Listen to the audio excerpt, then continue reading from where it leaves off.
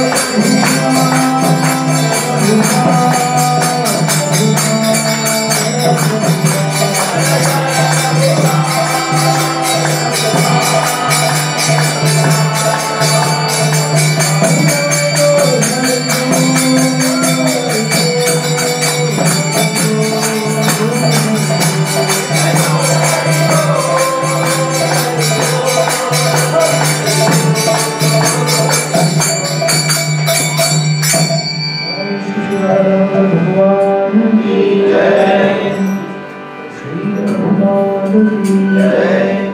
जय श्री हरिनाम संकीर्तन महायज्ञ की जय।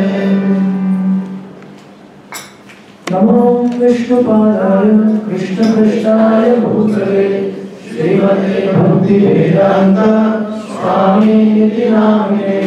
नमस्ते सरस्वती देवे गौरवाणी प्रचारिणे निर्विशेष शून्यवादी पाश्चात्यदेशतारिणे। जय श्री कृष्ण चैतन्य प्रभु नित्यानंद श्री अद्वैत गदाधर श्रीवासादि गौर भक्तवृंद। हरे कृष्णा कृष्णा कृष्णा हरे हरे हरे राम राम राम हरे हरे। गुरु शिष्य परंपरा।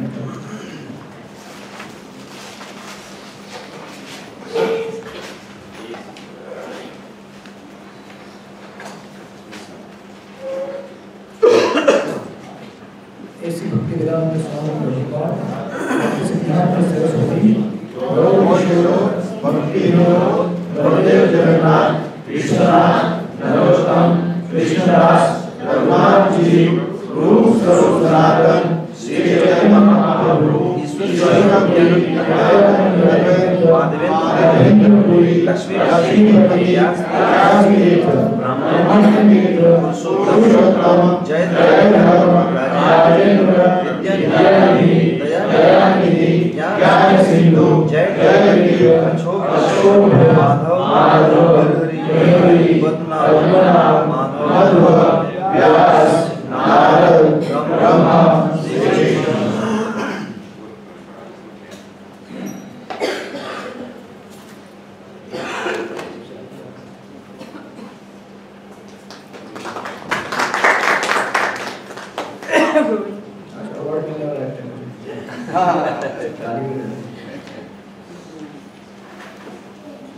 हरे कृष्णा।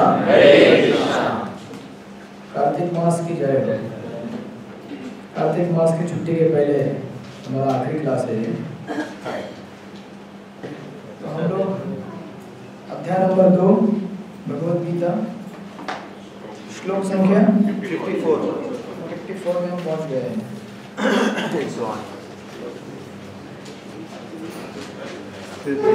श्रुति विप्रतितन्वते यदास्तस्ति निश्चला साधो चला बुद्धिस्तता योगम अवाप्स्यसि। जब तुम्हारा मन वेदों की अलंकारमयी भाषा से विचलित न हो और वह आत्मा साक्षात्कार के समाधि में स्थिर हो जाए तब तुम्हें दिव्य चेतना प्राप्त हो जाएगी।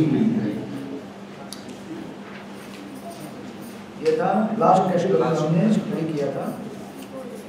अभी इस श्लोक से आगे वाले श्लोक में क्या कनेक्शन है, तो गीता के सेक्शन अब याद रखिए।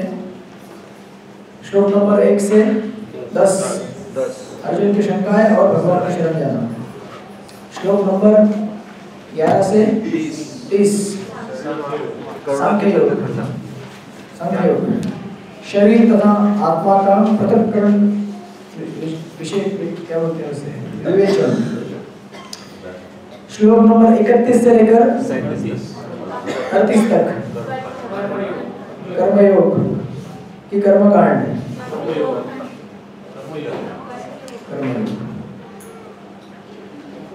बराबर कर्मयोग 31 से 38 कर्मयोग है। भौतिक ऐश्वर्य को प्राप्त करने के लिए भौतिक ऐश्वर्य कर्मयोग होता है क्या? आप तो सब पढ़े लिखे विद्वान पंडित लोग हैं। बहुत सारे लोग यहाँ पे नॉर्थ से भी है ना, नॉर्थ से है ना बहुत सारे आप लोग। नॉर्थ के लोगों से मुझे डर लगता है। कोई भी प्रश्न जो है वो पूरा खोल खोल के पूछते हैं, तो जी इसके अंदर ये उसका अर्थ क्या है, उसका अर्थ क्या है। तो आप लोगों को सबको ऑलरेडी मालूम है बहुत कुछ। मैं तो जो यहाँ पे तात्पर्य में है वही रिपीट कर रहा हूँ। एक वीडियो में हमारे बीच में इसीलिए 31 से 38 क्या है? कर्मकांड। कर्म करो और मजा करो, पैसा कमाओ, ऐश्वर्य बढ़ जाओ। इस दिन मैं ऐश्वर्य बढ़ गया था, लेकिन ऐश्वर्य बढ़ जाने के पहले एक रास्ता इधर इस तरफ जाता है पकोड़ा के लिए। बुद्धिस्ट भी बुद्ध लोगों का विहार है वहाँ पे। वैशंपायन बोलते हैं इसको, वैशंपायन उपासना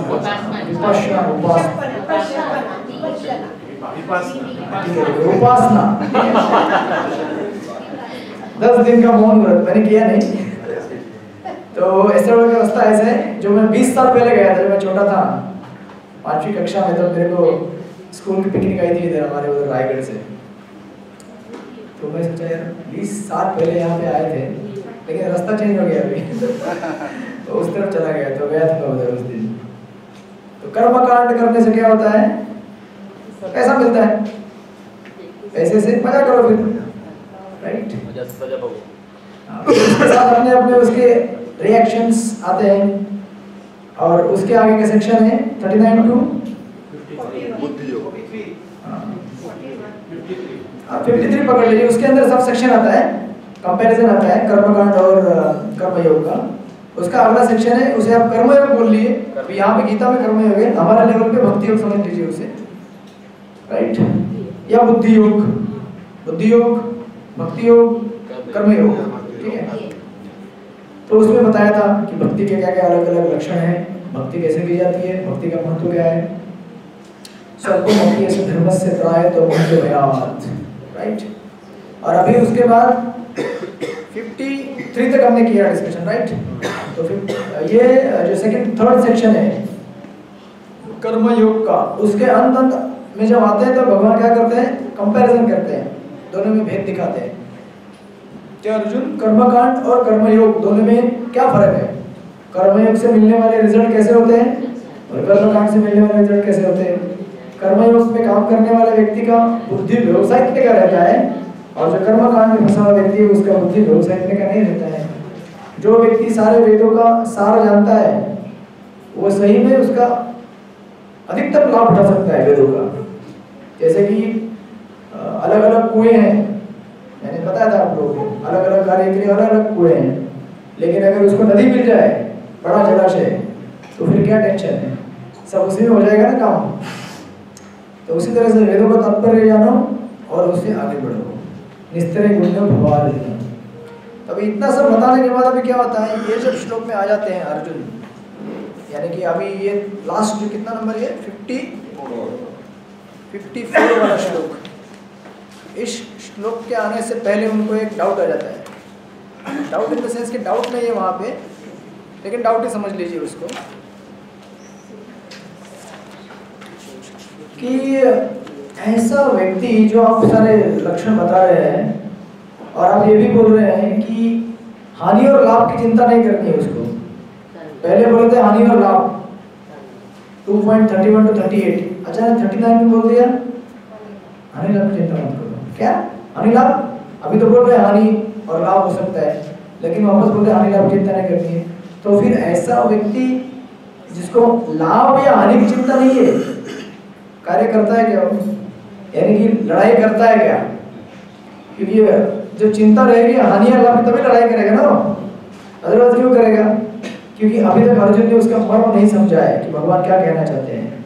भक्ति में हानि या लाभ नहीं देखा जाता है, क्या देखा जाता है भक्ति में? कृष्ण की इंद्रियों की प्रसन्नता, भगवान की प्रसन्नता। भक्ति में भक्ति देखी जाती है, जैसे समर्पण, समर्पण। फिर उस समर्पण में शायद आपकी जीत हो जाए या हार हो जाए, राइट। जैसे कि दामोदर अष्टकम में आता है ना, वरम देव मोक्षम न मोक्षम अधिभुवा, मुझे ये वर नहीं चाहिए, वो वर नहीं चाहिए, यानी कि मुझे मुक्ति भी नहीं चाहिए जो ब्रह्म ज्योति में मिलती है, वो तो ऑफकोर्स हमको नहीं चाहिए लेकिन मुझे वैकुंठ भी नहीं चाहिए। क्यों? भगवान का दर्शन करना चाहिए। आपको वैकुंठ नहीं चाहिए क्या? चाहिए आपको वैकुंठ? भगवान जिधर ले जाना चाहे ले जा सकते हैं। चाहिए वैकुंठ? चाहिए लेकिन सत्यवत मुनि बोल रहे हैं कि मुझे वैकुंठ भी नहीं चाहिए। भक्ति नहीं कर पाएंगे, भक्ति नहीं हो पाएगी। वैकुंठ जाएंगे तो मनुष्य योनि में जैसा भक्ति कर पाते वहाँ भक्ति नहीं कर पाएंगे, सब उनको मतलब प्रचार नहीं कर पाएंगे वहाँ पे, वैकुंठ में किसको प्रचार करेंगे आप? तो ये पॉइंट है। पृथ्वी में रहेंगे तो प्रचार कर सकते हैं, यहाँ पे प्रभुपाद का सेवा कर सकते हैं। हालांकि यहाँ पे रहने का अपना एक डेंजर रहता है, यहाँ पे और वैकुंठ में रहना कोई अलग बात नहीं है, सेम है। अगर हमारा कॉन्शियसनेस वैसा रहेगा फिक्स है। सिर्फ यहाँ पे क्या प्रॉब्लम हम बोली हमको दुख मिलता है तो वो बता रहे थे कि इसको पॉजिटिव रूप से लेना चाहिए। दुख मिलता है तो ले लो, क्योंकि हम जब भगवान धाम जाएंगे तो वहाँ पे दुख नहीं। क्या बात, दुख लेने का भी मजा ले लो। आज आप दुख ले रहे शायद, पीछे बैठे हैं। अपने का आइडेंटिटी कार्ड है कि बीड़ी बैग है? अच्छा बीड़ी बैग। आज प्रभु जी दुख ले रहे हैं, दुख की बात बता रहे हैं। दुख भी लेना चाहिए जीवन में। वैकुंठ में जाएंगे तो कहाँ मिलेगा दुख? कैसे पता चलेगा कि दुख क्या होता है? हालांकि वो ये कहते हैं कि मुझे केवल आपका वो बाल गोपाल रूप, और वो भी कैसा, जो यशोदा मैया से डर के भाग रहा है, वो रूप सदा मेरे मन में दिखता रहे। तो प्रिंसिपल ये है कि भगवान को इस तरह से देखना और वैकुंठ में रहना दोनों सेम है। भगवान को इस तरह से देखना मतलब वैकुंठ की स्थिति प्राप्त कर लिया आपने। इसलिए मुक्ति को गीता भागवत में कहा गया है, मुक्ति हित्वा अन्यथा रूपम स्वरूपेण व्यवस्थिता, अपनी वस्तु स्थिति में स्थित हो जाना, उसको मुक्ति कहते हैं। खैर, तो यहाँ पे पॉइंट ये था, डिस्कशन ही चल रहा था अपना, कि जब अर्जुन को ये सब चीजें बताई जाती है, कितनी सारी चीजें बताई भगवान ने। सांख्य योग बताया, कर्मकांड बताया, कर्मयोग बताया, उसके अंदर इतना सारा कैटेगरी बताया, एक ही लेक्चर में सब कुछ बता दिया।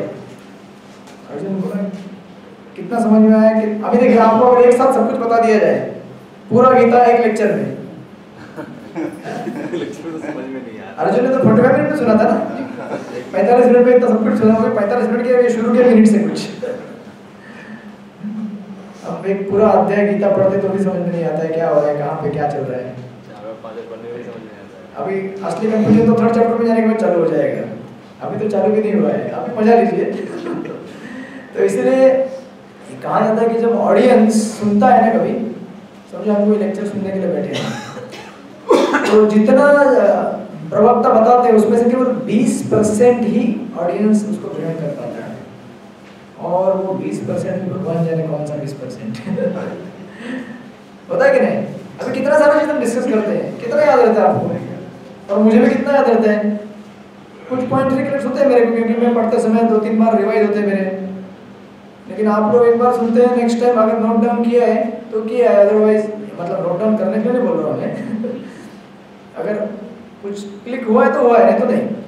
और कहते हैं कि वो जो 20% है, वो 20% भी कैसा, जो हमको चाहिए वही सुनते हैं, और हमारे जो मेंटल कंडीशन है उसके हिसाब से एडजस्ट करके सुनते हैं। हाँ ऐसा हो सकता है, हाँ ऐसा है, हम अपने आप में समझ नहीं लेते फिर। तो इसलिए अर्जुन को भी क्या लगा कि इतना सारा जो टर्म्स दिया, बताया, हानि और लाभ की चिंता नहीं करता है, इक्विपॉइंट रहता है, और साथ में पहले ये भी बताया है कि उसको तुम युद्ध करो। अब युद्ध करो तो हानि लाभ देखना पड़ेगा। तो उसको प्रश्न आता है कि फिर भगवान ये व्यक्ति रहता कैसे? एक्चुअली पूछना चाहता है कि लड़ाई करता है कि नहीं, लेकिन इनडायरेक्टली पूछ रहा है ये रहता कैसे, ये बोलता कैसे है, खाता कैसे, सोता कैसे, चलता कैसे। तो ये सब प्रश्न आप यहाँ पे आएंगे। श्लोक नंबर 54 से। अर्जुन उवाच, साथ में पढ़ेंगे।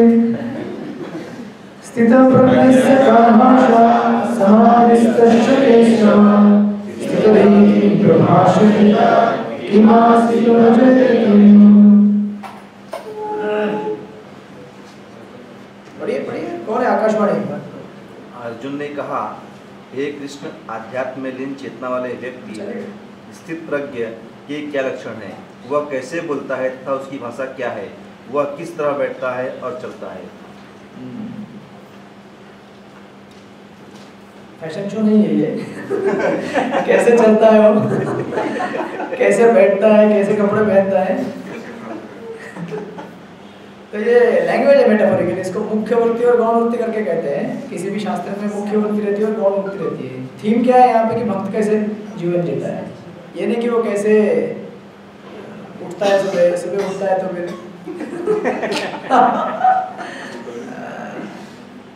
नींद खुल गई चलो उठो अभी ऑफिस जाओ जपा करो। सुबह में हम लोग उठते तो ऐसा नहीं, कोई उठते ही पहले अपना मोबाइल देखते हैं, कोई अलग अलग है ना। आप क्या देखते हैं सुबह उठते ही?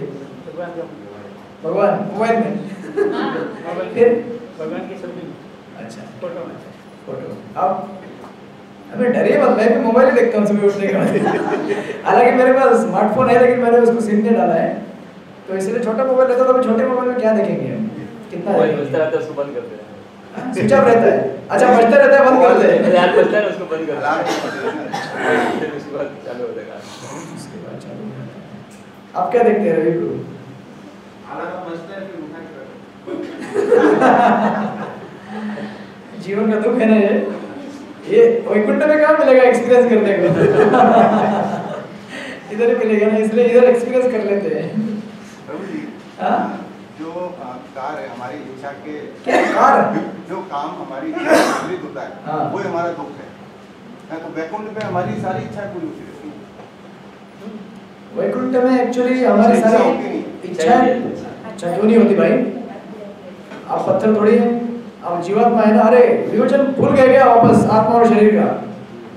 हमारे अंदर जितने सारे विचार हैं, इच्छाएं हैं, यही तो लक्षण है ना हमारा जीवित रहने का, आत्मा होने का। अदरवाइज ये बॉडी जो है केवल केमिकल है, फॉस्फेट, कैल्शियम, पोटेशियम इससे बना हुआ, वर्थ 110 रुपीज। इस 100 रुपये एनालिसिस के आपका शरीर केवल 110 रुपये का है, उसके केमिकल्स। ऑर्गन नहीं बोल रहा हूँ। ऑर्गन निकालने की तो अलग बात है, किसी ने किडनी चुराया, किसी ने कुछ चुराया। तो इच्छाएं हैं, वो सब इच्छाएं पूरी इसलिए होती है क्योंकि वो इच्छाएं किसके लिए है? अभी कंपनी में अगर आप काम कर रहे होंगे किसी ऑफिस में, आपकी सारी इच्छाएं बॉस की इच्छाओं के अनुरूप है, तो कौन सी ऐसी इच्छा है जो पूरी नहीं हो सकती? सब सारी आपकी इच्छाएं कंपनी के इंटरेस्ट में है, इच्छा पूरी होंगी ना? फिर नहीं होगी। हालांकि पॉलिटिक्स कोई करेगा, आपको खिंचातानी करेगा तो अलग बात है। वैकुंठ में ऐसी पॉलिटिक्स नहीं होती है क्योंकि वैकुंठ में रिसोर्सेज अनलिमिटेड है, यहाँ पे रिसोर्सेज लिमिटेड है, इसलिए लड़ाई झगड़ा होता है। तो वो सारी इच्छाएं पूरी इसलिए होती है क्योंकि वो इच्छाएं भगवान की सेवा करने के लिए है। और एक्चुअली यही तो व्याख्या है वैकुंठ जगत की। यही वही व्यक्ति तो वैकुंठ में जाकर रह सकता है जो केवल भगवान की सेवा या उसकी उनके भक्तों की सेवा करने की इच्छा प्रकट करता है, इसीलिए पूरी होती है। यहाँ भी पूरी होगी आपकी इस्कॉन में, टेंशन मत लीजिए। ऐसा नहीं कि वैकुंठ में जाने के बाद ही इच्छाएं पूरी हो सकती है, यहाँ भी होंगी अगर आप सारी इच्छाएं राधा गिरधारी जी की सेवा करने के लिए करेंगे, जगन्नाथ जी की, गौर निताई, प्रभुपाद, गुरु महाराज, सारे वैष्णव की सेवा करने की इच्छा करेंगे, सब इच्छाएं पूरी होगी। ऐसी कोई इच्छा नहीं जो पूरी नहीं हो सकती है। सिर्फ क्या होना चाहिए? श्रद्धा, श्रद्धे, विश्वास, सुदृढ़ निश्चय। आया था ना वो, केवल कृष्ण भक्ति करने से सब सारी इच्छाएं पूरी हो जाएंगी। राइट प्रभु जी? हाँ, अभी सारे प्रश्न आज से चालू करेंगे अभी से।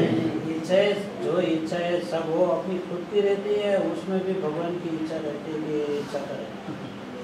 अच्छा, आप जब समोसा खाते हैं आपको क्या पसंद है खाने के लिए? क्या पसंद है खाने पीने में? क्या पसंद है? सब पसंद है। नहीं, ऐसा कैसे हो सकता है? करेला पसंद है? पानी पूरी, क्या बात है। पानी पूरी में पानी डालो और पी जाओ, खट्टा मीठा।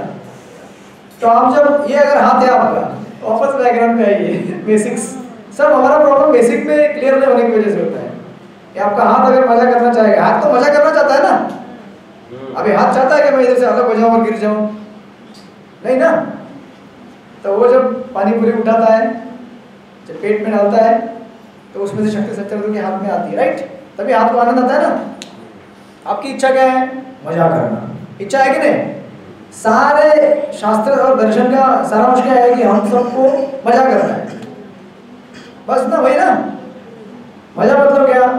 दिन भर खेलते रहो और टाइम पे खाना मिलेगा, खाना खाओ, इनकी प्रसाद खाओ हमारे लिए, और फिर सो जाओ, फिर खेलते रहो, उठो खेलते रहो। आध्यात्मिक जगत में क्या होता है? गोलोक में क्या होता है? बस खेलते रहते हैं लोग। और वो जो हम बोलते हैं ना सेवा है सेवा, वो सेवा मतलब ऐसा बर्डन नहीं लगता है, क्योंकि वहां पे ये शरीर का लिमिटेशन नहीं है कि अरे अभी थक गया अभी सोना पड़ेगा। नहीं सोएंगे तो भी इतना उत्साह बने रहेगा, क्योंकि चिन्मय शरीर है ना, एकदम आध्यात्मिक शरीर है। तो इसीलिए इसका जान चला गया लगता है चेतना चला गया। तो आपकी इच्छा पूरी होगी ना, जब भगवान की सेवा करेंगे, भगवान की इच्छा पूरी करेंगे, तो उसके अंदर आपकी भी इच्छा है। आपकी इच्छा क्या है? हाँ, लेकिन पानी पूरी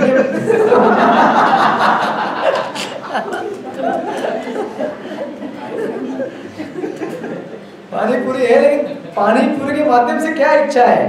मजा कर रहा ना। अरे किसी को पानी पूरी पसंद आएगा, आपको क्या पसंद है? नहीं, कुछ स्पेशल रहेगा। क्या बात कर रहे हैं? नेक्स्ट टाइम इनको प्रसाद देंगे तो सब मिक्स करके दो, ठीक है? उसमें खिचड़ी भी आएगा, आइसक्रीम भी आएगा, पकौड़ा सब एक साथ एक डब्बे में डाल के दे दो, अलग अलग नहीं देने का। जैन मुनि ऐसा खाते हैं ना? क्या कठोर है बाप रे। वो सब आएगा, डिस्कशन आ गया अभी कि ऐसा खाने से क्या होता है। आपस कुछ होता नहीं है, आप जाके बोलिएगा मत उनको। तो आपकी भी इच्छा पूरी होगी। इच्छा मतलब क्या? मजा करना चाहते हैं आप, तो भगवान की सेवा करेंगे तो ऑटोमेटिक आप भगवान के अंश हैं।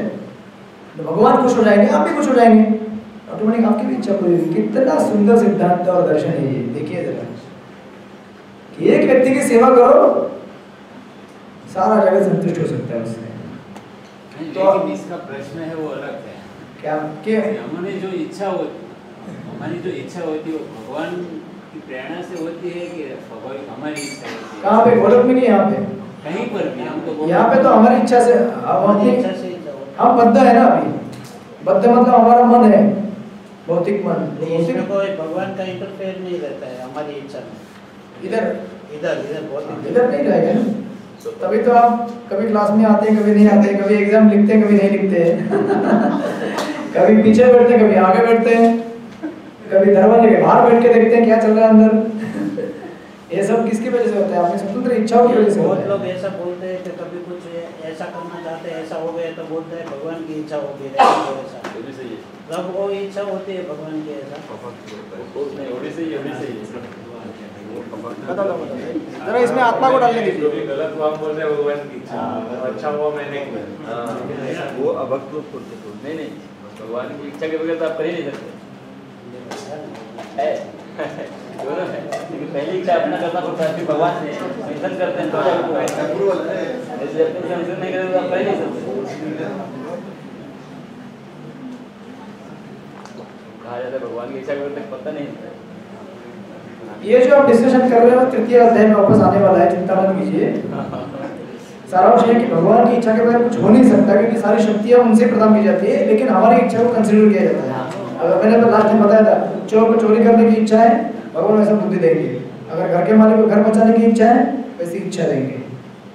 प्रेयर जितना स्ट्रांग रहेगा उतना मिलेगा, लेकिन अल्टीमेटली फुलफिल करने वाले वही है, लेकिन आप जिम्मेदार हो उसके लिए, क्योंकि आपने इच्छा की, इसीलिए वो फुलफिल हुआ। राइट?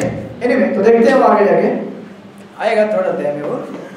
तो अब इसलिए यहाँ पे अर्जुन ने ये प्रश्न पूछा है कि वो भक्त कैसे चलता है, कैसे बैठता है, कैसे सोता है, कैसे रहता है। राइट? तो इसका आप लिख लीजिए यहाँ पे, एक जस्ट ब्रैकेट में लिख सकते हैं, बुक में कहीं भी 55, क्योंकि ये सीरीज है, 72 नंबर श्लोक तक ये सीरीज है। तो 55 नंबर का श्लोक हमें क्या बताता है कि अर्जुन पूछ रहा है कि उसके जनरल कैरेक्टरिस्टिक क्या है। राइट? भक्त के जनरल कैरेक्टरिस्टिक क्या है, लक्षण क्या है। तो 56 से 57 श्लोक 56 तो 55 तो अभी सॉरी 55 आएगा। 54 तो इंट्रोडक्शन है, अर्जुन का प्रश्न है। 55 नंबर बताता है कि भक्तों के सामान्य लक्षण क्या है। 55 नंबर भक्तों के सामान्य लक्षण क्या है।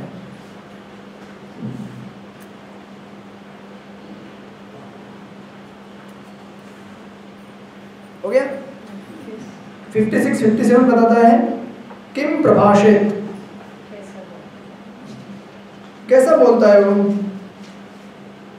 कैसा बोलता है मतलब ब्रैकेट में लिखिए, how does he speaks to the ups and downs of life. जीवन के उतार चढ़ाव को कैसे देखता है वो।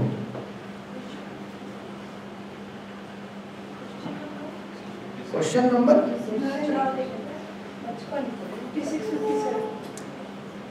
56 57 में बताया गया कैसे बोलता है, ठीक है, कैसे बोलता है। आपके पास पुस्तक नहीं है क्या? तो किसी के साथ शेयर कीजिए ना। कैसे बोलता है, राइट? बोलता है यानी कि जीवन के जो अप एंड डाउन है, उतार और चढ़ाव। आज बहुत बिखरे हुए बैठे हैं आप लोग, पूरा एकदम। अरे जगह है तो पूरा मैदान के पीछे जाओगे क्या? थोड़ा साथ में बैठोगे ना आप लोग तो आपकी दोस्ती बढ़ेगी। ठीक है ठीक है ठीक है। अभी मतलब किसी को प्रेशर मत कीजिए, मेरा वॉलंटियर है कभी भी, लेकिन साथ में बैठेंगे तो दोस्ती बढ़ेगी आपकी। नजर रखने में भी अच्छा लगता हाँ? है, नजर रखने में भी अच्छा लगता है। नजर रखने में हाँ। सुपरवाइजर सेकंड नहीं, प्रवक्ता को। अच्छा अच्छा। तो और एक मुझे लगा एक दूसरे के ऊपर। तो सही बोल रहे कि नहीं बोल रहे? नहीं, हम लोग को चलिए कैसे बताया। हाँ ठीक है। 56 हो गया कैसे बोलता है, यानी कि कैसे किसको बोलता है, वो जीवन के जो उतार चढ़ाव उसको कैसे देखता है, बोलता है, सॉरी देखता नहीं बोलता है, ठीक है। अभी 58 से लेकर 63 58 to 63 किम असित असित असित यानी कि फिजिकल सिटिंग, कैसे बैठता है वो। 58 to 63 कैसे बैठता है, कैसे बैठता है मतलब अपनी इंद्रियों को कैसे नियंत्रण में करता है वो। ब्रैकेट में लिखिए, अपनी इंद्रियों को कैसे नियंत्रण में करता है। आज वापस में प्रचारक प्रभु नहीं आए, कहाँ गए?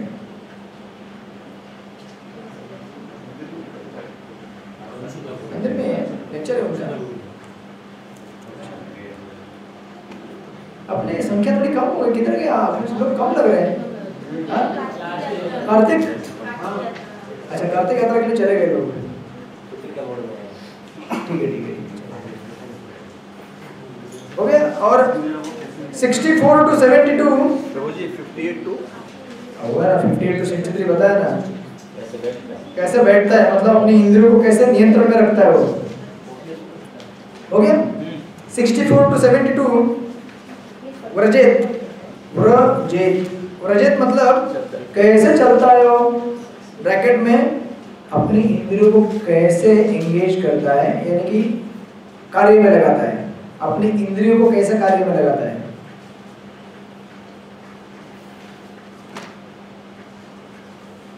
किम प्रभाषेत किम असित किम व्रजेत स्थित प्रज्ञस्य का भाषा समाधिस्थ। हो गया सबका। 72 तो अभी हम देखेंगे 1 by 1 ये कैसे भगवान बतलाएंगे, कैसे बैठता है, चलता है, सोता है, उठता है, ठीक है, भागता है। अच्छा आप सब लोग आगे आइए, आगे के चेयर में आइए सब लोग। आप भी आगे आइए, सब लोग आगे आइए एक साथ। और आगे मतलब चेयर तो वहीं तक। अच्छा यहाँ पे शतरंज नहीं बैठा है क्या आज? शतरंज रहता था ना यहाँ पे एक।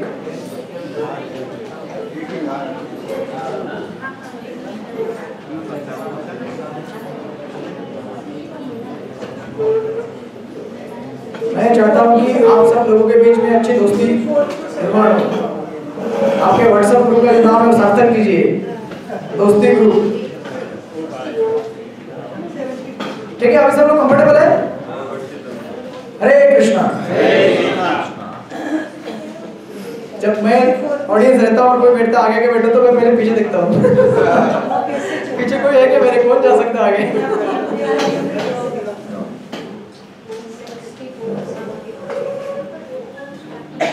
अभी थोड़ा लग रहा है कि क्लास में कोई तो बैठे हैं नहीं तो पूरा ऐसा मैदान, 2 पेड़ इधर दिख रहे हैं, 2 पेड़, ठीक है। अभी 1 by 1 देखेंगे कि कैसे वर्णन करते हैं भगवान। और ये देखिए ये जो श्लोक है 54 उसके तात्पर्य पर लिखते हैं, जिस प्रकार धनी पुरुष के कुछ लक्षण होते हैं जिनसे वह धनवान जाना जाता है, जिस तरह निरोगी रोगी अपने रोगों के लक्षणों से जाना जाता है, राइट। धनी धन से जाना जाता है और जो व्यक्ति जिसको रोग हुआ है वो रोगी जाना जाता है, राइट। उसी तरह कृष्ण की दिव्य चेतना से युक्त व्यक्ति अपने विशिष्ट लक्षणों से जाना जाता है।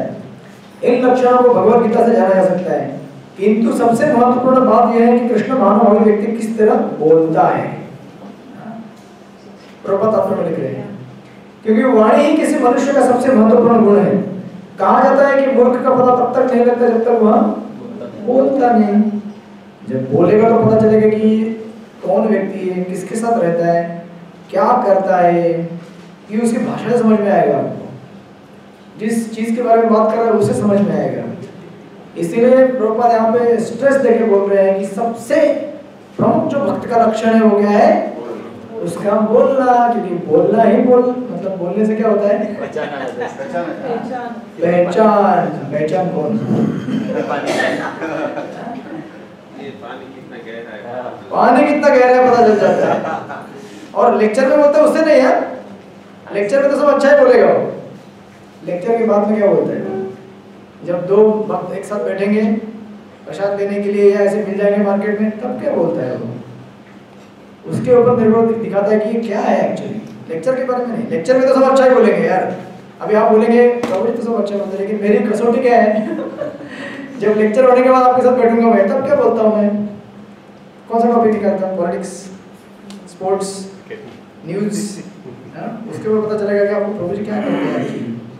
प्रभु जी खाली लेक्चर देते हैं, बैठ के कुछ नोट्स निकाल आए, पढ़ते हैं और चले जाते हैं, बाद में अपना काम में लगे जाते हैं। तो मेन उसका फीचर क्या है कि बोलता कैसे है वो। और भक्त क्या बोलता है, कृष्ण के बारे में बोलता है। हालांकि हाँ, ऐसा नहीं कि अभी आप बोलेंगे भक्त कृष्ण के बारे में बोलता है तो अभी दो भक्त बैठ गए, केवल कृष्ण के बारे में बोलो, बाहर की कोई चीज बोलना नहीं है, ठीक है। क्या थोड़ा वो मार्केट से सब्जी लाना था, वो भी नहीं बात कर सकते क्या, वो एक्चुअली थोड़ा घर में सेवा है, वो भी नहीं बात कर सकते क्या या फिर ठीक है आज वोटिंग है, आज वोटिंग के लिए जाना है तो इस पार्टी को वोट देना है, क्या वो भी नहीं बात कर सकते क्या? बोलिए कम से कम क्या, हाँ कम से कम। और जितनी जल्दी मुझे मार्केट जाना है, ठीक है, हो गया हो गया हो गया। बात कर रहे थे, ये जो इम्पोर्टेंट बात है कि हमें ये चीज जरूरी है बात करना। मुझे लगा क्विकली मतलब पकड़, हो गया माया हट गई। अभी बोले कृष्ण कृष्ण कृष्ण कृष्ण के बारे में बोलो, गोविंद राम राम बोलिए।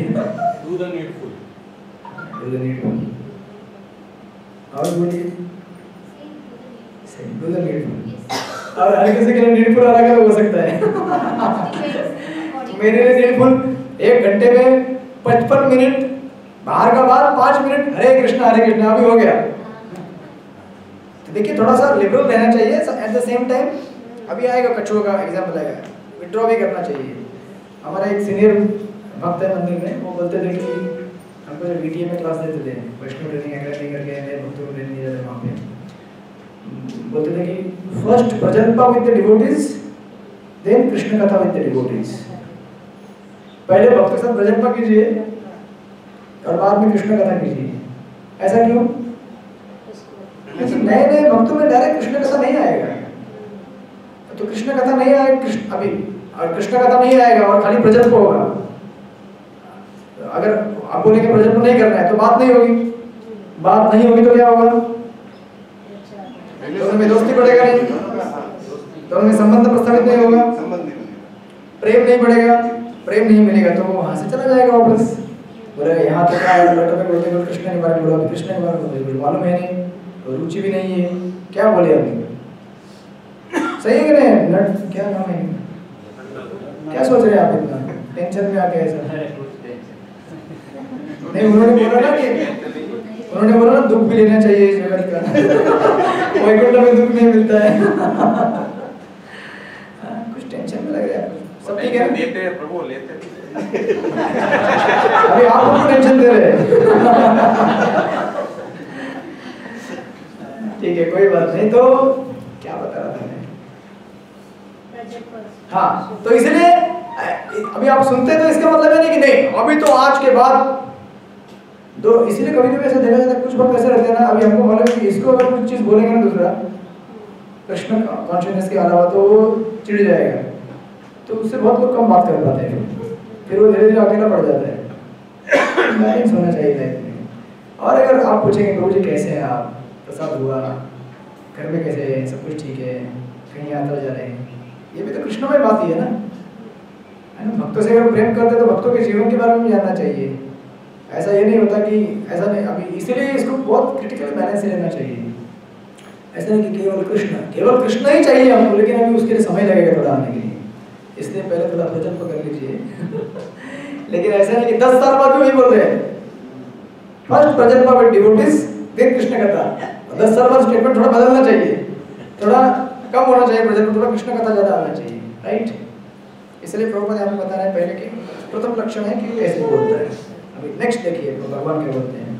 श्री भगवान उवाच प्रजाहति निराकान् सर्वान् अर्थमनोगतान् आत्मन्येवात्मना तुष्टः स्थितः प्रज्ञस्तरोचते। श्री भगवान ने कहा, हे पार्थ, जब मनुष्य मनोधर्म से उत्पन्न होने वाली इंद्रिय तृप्ति की समस्त कामनाओं का परित्याग कर देता है और जब इस तरह से विशुद्ध हुआ उसका मन आत्मा में संतोष प्राप्त करता है, तो वह विशुद्ध दिव्य चेतना को प्राप्त स्थिति प्रज्ञ कहा जाता है। करेक्ट। बेसिकली स्थित प्रज्ञ मतलब अपनी स्थिति में ज्ञान के द्वारा स्थित हो जाना कि मैं कौन हूँ, मेरा कर्तव्य क्या है, मेरा जीवन का लक्ष्य क्या है, राइट। अभी इस श्लोक में देखिए एक विशेष चीज दी गई है, सर्वान पार्थ मनोगतान। मनोगतन यानी कि मेंटल कॉन्कॉक्शन, इंग्लिश में उसे कहा गया है। जो इंद्रिय तृप्ति की इच्छा होती है वो कहाँ से उत्पन्न होती है? मन से, लेकिन मन के तर्क वितर्क से, राइट। उसको कॉन्कॉक्शन कहते हैं बात कि ऐसे मन अपना बुद्धि लगाता है ना, ऐसे करोगे तो होगा मजा आएगा, ऐसे करोगे तो मजा नहीं आएगा। किसी ने बड़ा गाड़ी खरीद लिया तो मुझे भी लगता है मैं भी गाड़ी खरीदूंगा तो मजा आएगा, उसको मजा आ जाए। अगेन बैक टू द प्रत्यक्ष प्रमाण, जो फर्स्ट अध्याय में हमने देखा था, क्योंकि माइंड ज्यादा बेसिकली किस पे काम कर रहा है? प्रत्यक्ष प्रमाण को आधार लेके काम करता है और इमीडिएट प्लेजर देखता है, वो लॉन्ग टर्म पर्सपेक्टिव देखता नहीं है, अभी तुरंत क्या मिलेगा मुझे। लेकिन अगर आपको अच्छी चीज प्राप्त करनी है तो उसके बारे में सोचना पड़ेगा ना बैठ के कि ये चीज सही में काम में आएगी मेरी कि नहीं आएगी। इसके लिए रहता है इंटेलिजेंस, लेकिन इंटेलिजेंस कवर हो गया हमारा, राइट। और जो काम इंटेलिजेंस ने करके माइंड को कंट्रोल करना चाहिए तो वो नहीं कर रहा है, क्योंकि इंटेलिजेंस भी हमारा क्या हो गया है? दूषित हो गया है भौतिक कामनाओं से। और वो भी कैसे?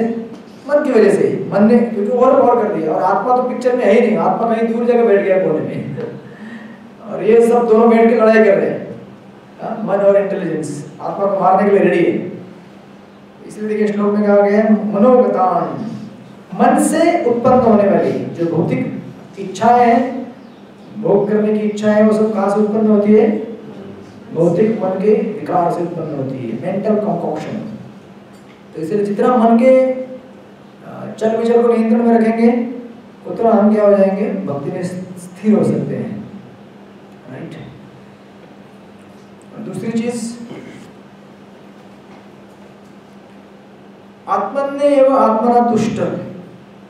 अब पहली चीज क्या बताइए? प्रजाति। प्रजाति मतलब क्या? त्याग करना। तो बाहर से आप त्याग कीजिए, सॉरी एक जगह एक लाइन है, त्याग कीजिए किसको? मन से उत्पन्न वाली मेरी इच्छा को, राइट। और दूसरी चीज क्या है? लेकिन ये त्याग कब कर सकते हैं हम? समझेंगे। क्या समझेंगे? हम शरीर नहीं आत्मा है। उससे क्या होगा? नेक्स्ट लाइन दिया है ना, आत्मन्य आत्मा तुष्ट। हम शरीर नहीं, हम आत्मा है, ये समझना मतलब यही समझना कि मैं केवल आत्मा नहीं हूँ, आत्मा भगवान का दास हूँ और मैं तब सुखी हो सकता हूँ, भगवान की सेवा में लग सकता हूँ, राइट। तो भौतिक भोग एक साइड में छोड़ दीजिए और दूसरे साइड में भगवान की दिव्य सेवा करने का आनंद प्राप्त कीजिए। ऐसा तो एक्सटर्नल इंटरनल। और ये शब्द बहुत कड़क है एक्चुअली, प्रजाति। एक जगह तात्पर्य में लिखा है, कहीं पे लिखा है प्रभुपाद ने, यहाँ तो नहीं लिखा है।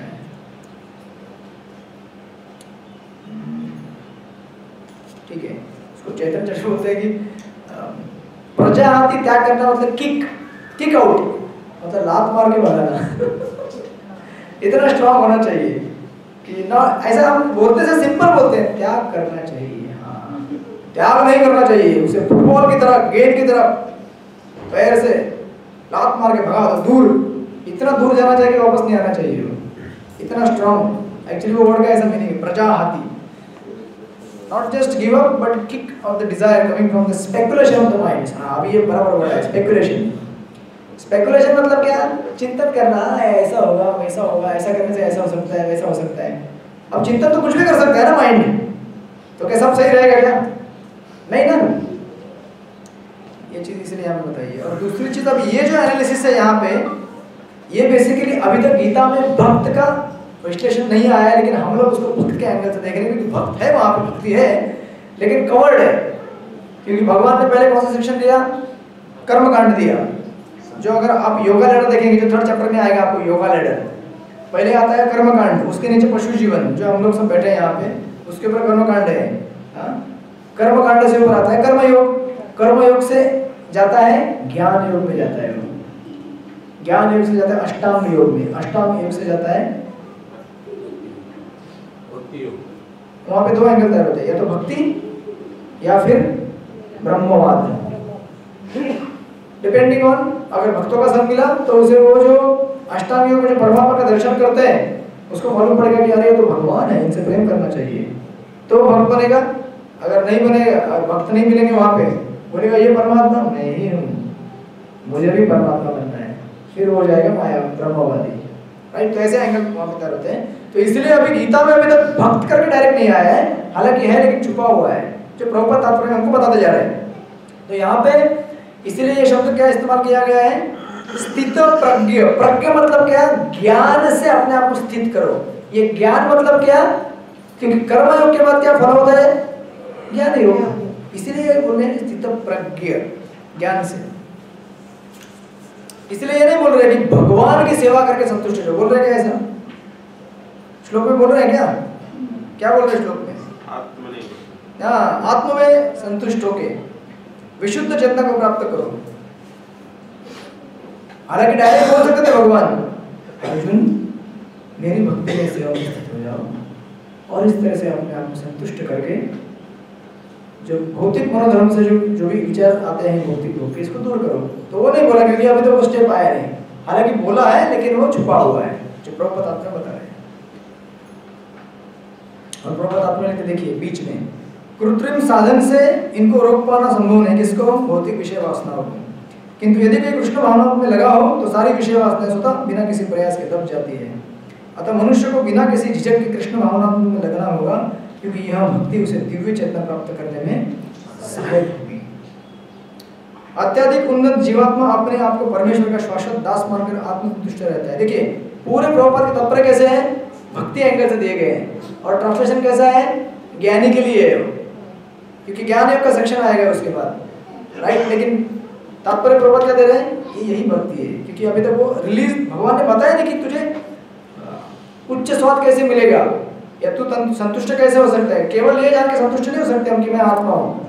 अभी आपको मालूम पड़ेगा कि मैं आत्मा हूँ, मैं शरीर नहीं हूँ, तो अपना काम हो गया क्या, फिर अभी आत्मा करेगा क्या, खाली बैठा रहेगा। उसको कुछ खाने के लिए चाहिए, पीने के लिए चाहिए, घूमने के लिए चाहिए, सब देना पड़ेगा ना, पानी पूरी देना पड़ेगा केवल ये जान के काम नहीं चलेगा कि मैं आत्मा हूँ, राइट। पानी पूरी प्रसाद बना के।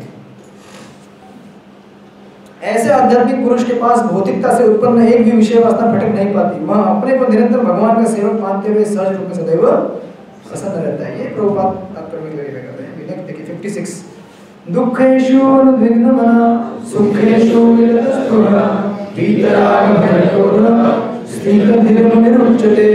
आगे देखिए मुनि शब्द आ गया, मुनि बोले तो फिर वापस वही ज्ञान मार्ग वाले लोग, राइट। लेकिन हमारे लिए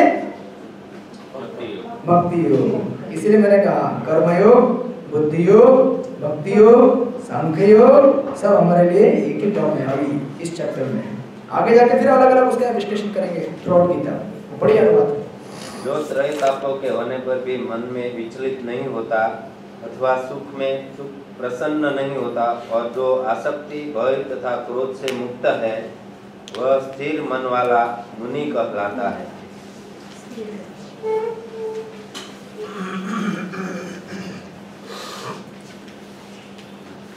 अब ये सब चीजें क्यों दी गई हैं? ये सब लक्षण जो है भक्त के भी है और योगी के भी है, ज्ञानी व्यक्ति के।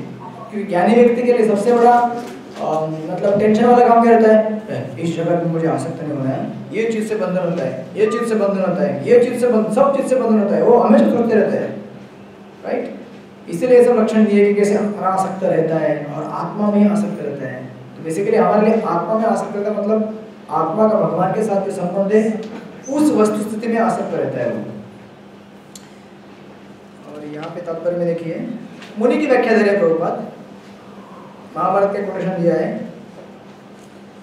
50 वर्षीय से बतम न भिन्नम, महाभारत मन प्रभु किन मतलब अलग अलग मुनि तब तक उसे कहा नहीं जाता जब तक आपका मत उनके साथ डिफर नहीं करेगा आपका एक मत है उनका एक मत है, तब जाके मुनि का आप क्वालिफिकेशन प्राप्त करेंगे। लेकिन प्रभुपाद का जीनियस देखिए आगे क्या कहते हैं, किंतु जिस स्थिति मुनि का भगवान ने यहाँ उल्लेख किया है, महाभारत के कोटेशन के बाद है, वह सामान्य मुनि से भिन्न है। सामान्य मुनि क्या करता है, उसका एक अपना मत रहता है, फिर तीसरे का एक मत रहता है, लेकिन जो स्थिति मुनि है यानी कि बेसिकली कौन है वो,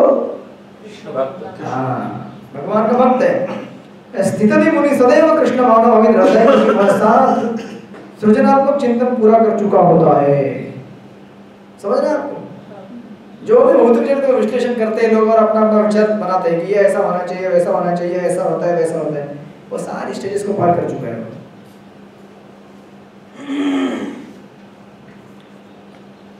इसके पहले प्रभु जी जो युक्त वैराग्य का सिद्धांत समझाऊं? हाँ, प्रभुपाद जी ने जो तात्पर्य में दिया है उसके ऊपर अगर थोड़ा बताएंगे तो। इसके पहले के यहाँ पे कहाँ पे दिया है? पहले के ठीक है, एनीवे युक्त वैराग्य बता दो, आगे आएगा, एक्चुअली आगे आएगा वो, टेंशन यहाँ जो आपने पढ़ा ना कृत्रिम साधन से वो रोक पाना संभव नहीं है। हाँ, लेकिन और डिटेल में युक्त वैराग्य करके आएगा, डायरेक्ट श्लोक ही आएगा वो रूप गोस्वामी का। युक्त वैराग्य सबको मालूम है? हाँ,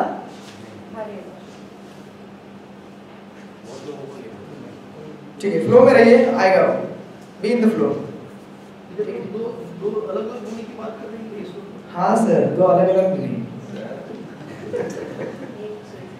इसलिए बोल रहे हैं ना प्रभुपाद, क्या बोल रहे हैं वो महाभारत, किंतु जिस स्थिति मुनि का भगवान ने यहाँ उल्लेख, किंतु मतलब दो हो गए ना, एक देखिए, एक मुनि हो गया सामान्य मुनि जो सामान्य शास्त्र पढ़ता है, विश्लेषण करता है, जो भक्त नहीं है, ज्ञानी है, सब एक तरह से ज्ञानी व्यक्ति हो, इसका मत मिलता नहीं वो पहले हो गया। क्योंकि मुनि उसको कहते हैं, जिसका मत नहीं मिलता वही मुनि, व्याख्या मुनि की वैसी है।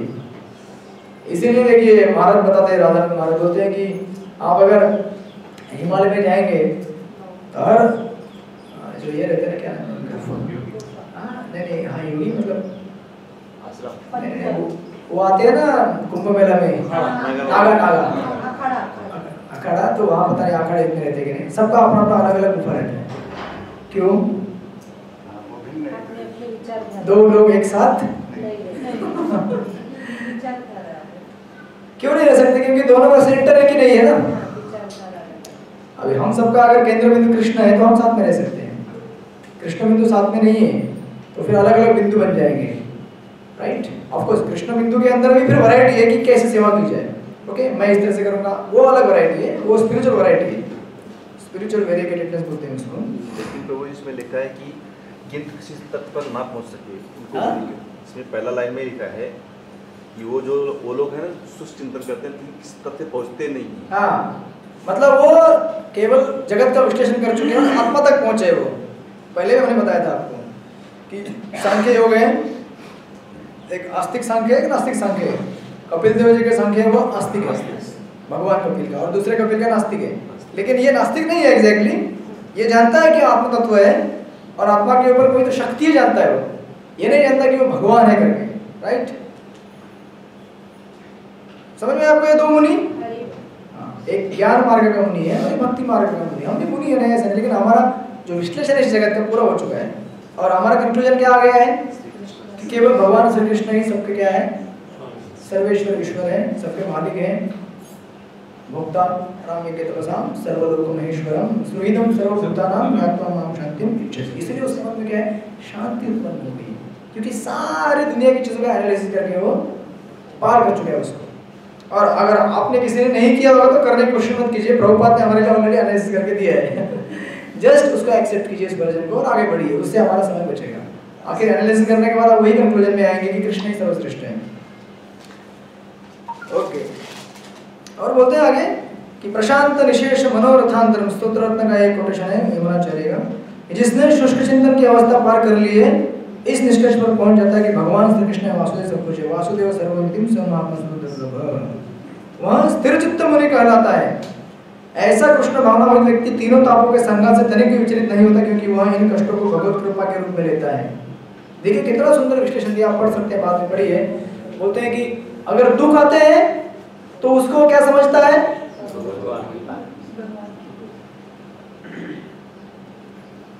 केवल भगवान की कृपा समझता है क्या?